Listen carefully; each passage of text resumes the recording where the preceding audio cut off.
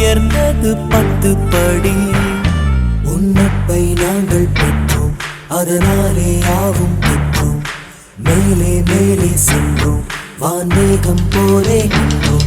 புது பாதை நீயே போட்டு தந்தாய், ஏன் பாதி வழியில் விட்டு சென்றாய்? ஒரு தாயை தேடும் பிள்ளையானோ நீ இல்லை என்றால் எங்கே போவோம்? என் ஃப்ரெண்ட போல யாரு மச்சான்?